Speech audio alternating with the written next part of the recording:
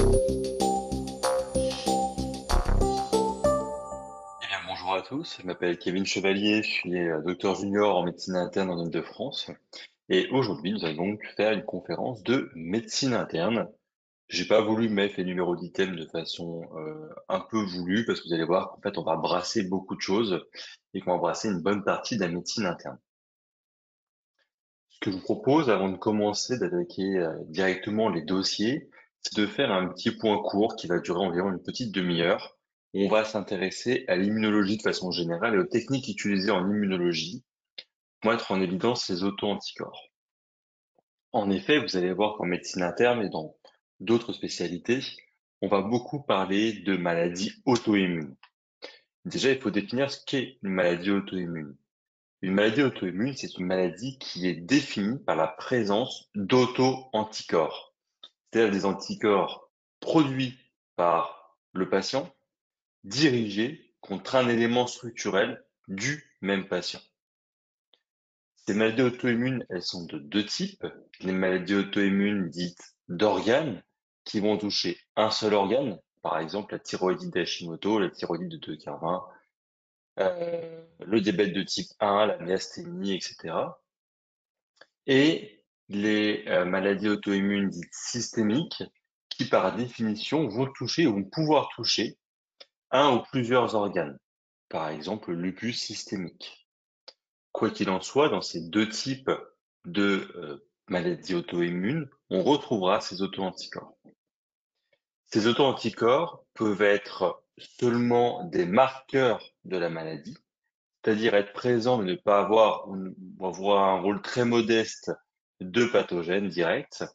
C'est le cas, par exemple, du diabète de type 1, dans lequel les auto-anticorps sont certes un marqueur très fort du caractère auto-immun du diabète de type 1, mais ne sont pas directement responsables de la destruction des cellules bêta-pancréatiques qui produisent de l'insuline. Ce sont les lymphocytes T qui vont détruire ces cellules bêta-pancréatiques. À l'inverse, il y a des maladies auto-immunes dans lesquelles l'auto-anticorps est directement pathogène, par exemple la myasthénie, où les anticorps anti-récepteurs à l'acétylcholine vont saturer et détruire ces récepteurs donnant les symptômes. La thyroïdite de Basedow, par exemple, les récepteurs à la TSH, et le lupus systémique.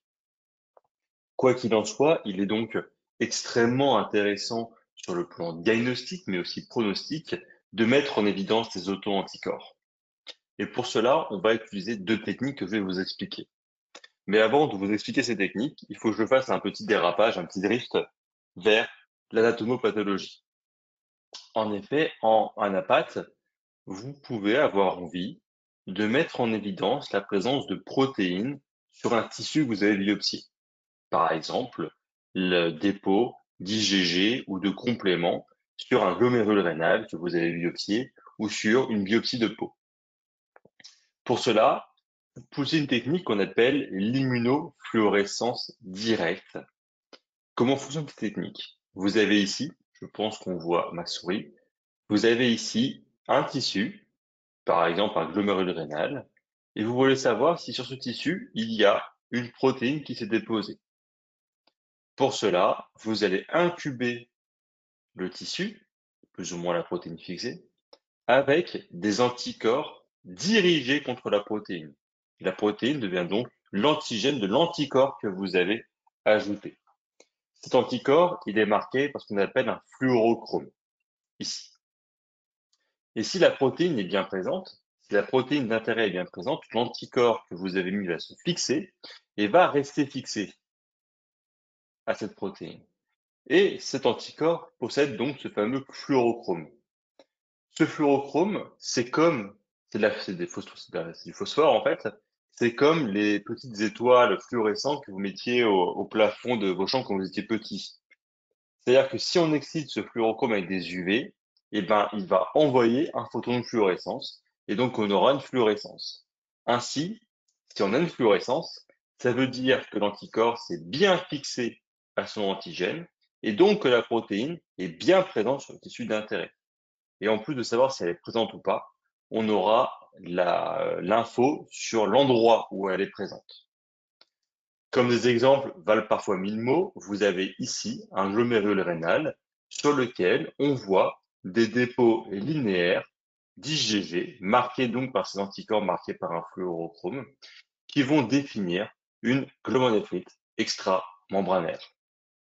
Ici, par exemple, vous avez des dépôts, là aussi linéaires, d'IgG, à la jonction entre l'épiderme ici et le derme ici, correspondant à la pemphigoïde bulleuse.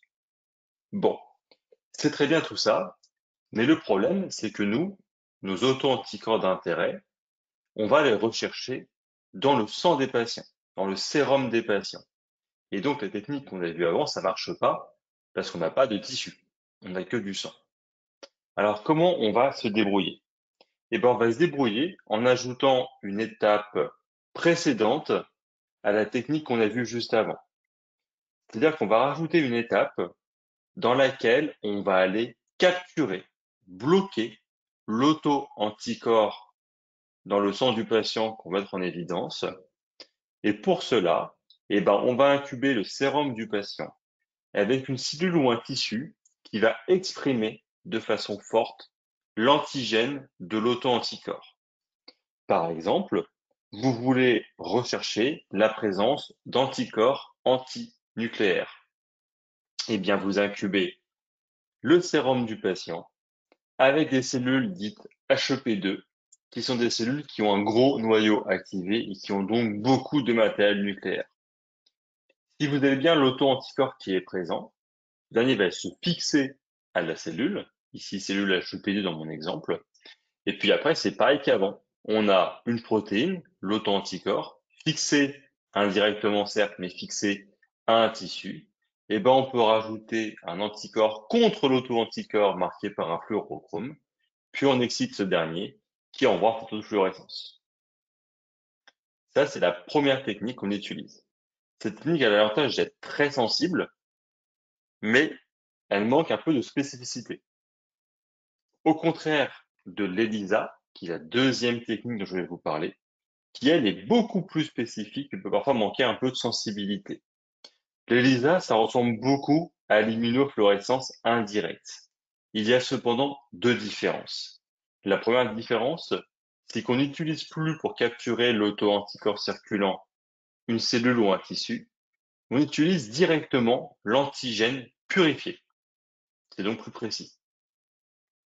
Deuxième différence, l'anticorps de marquage n'est plus marqué par un fluorochrome, mais il est marqué par une enzyme qui va entraîner en fait un changement de couleur du substrat dans lequel la réaction a lieu, comme vous voyez ici. C'est donc plus une technique de fluorescence, mais une technique colorimétrique. Ces deux techniques, immunofluorescence indirecte ou ELISA, permettent de quantifier les auto-anticorps sous la forme d'un titre. Un titre, ça correspond à un taux de dilution. Je vous donne un exemple. Vous avez ici un DOT, c'est-à-dire que pour chaque ligne, vous avez un antigène, donc un anticorps qui est testé. Et ce qu'on va faire, c'est que quand le test est positif, on va prendre la moitié du volume du puits positif, le mettre dans un autre puits et compléter avec un équivalent d'eau stérile le volume manquant. On a donc dilué par 2 le prélèvement initial. S'il est positif, on refait la même chose, on reprend la moitié, on remet à côté, on redilue, et donc on aura dilué par 4. C'est 4 fois plus dilué qu'initialement. On refait pareil ensuite si c'est positif, 8, 16, 32, etc. Et donc quand on voit un titre de 1 sur, je sais pas moi, 680, eh ben ça veut dire qu'on a dilué 680 fois le prélèvement initial et qu'il est resté positif. C'est donc pas une dénomination, c'est une dilution. Maintenant, comment on travaille et comment on utilise ces tests dont je vous ai parlé dans le dépistage, notamment le dépistage des anticorps antinucléaires. Et ben en fait, ce qu'il faut comprendre, c'est que les anticorps antinucléaires, c'est pas un anticorps en soi, c'est un groupe d'anticorps. C'est un groupe d'anticorps dans lequel on va retrouver plusieurs anticorps d'intérêt. Par exemple, l'anticorps dirigé contre l'ADN, qu'on appelle l'anti-ADN double brin, et puis plein d'anticorps dirigés contre des structures du noyau, des protéines, des ribonucléoprotéines, par exemple les anti-SM, anti-RNP, anti-SF70, anti-SSA, etc. Et le problème, c'est que vous imaginez bien qu'aller rechercher un par un tous ces auto-anticorps, c'est long, c'est coûteux.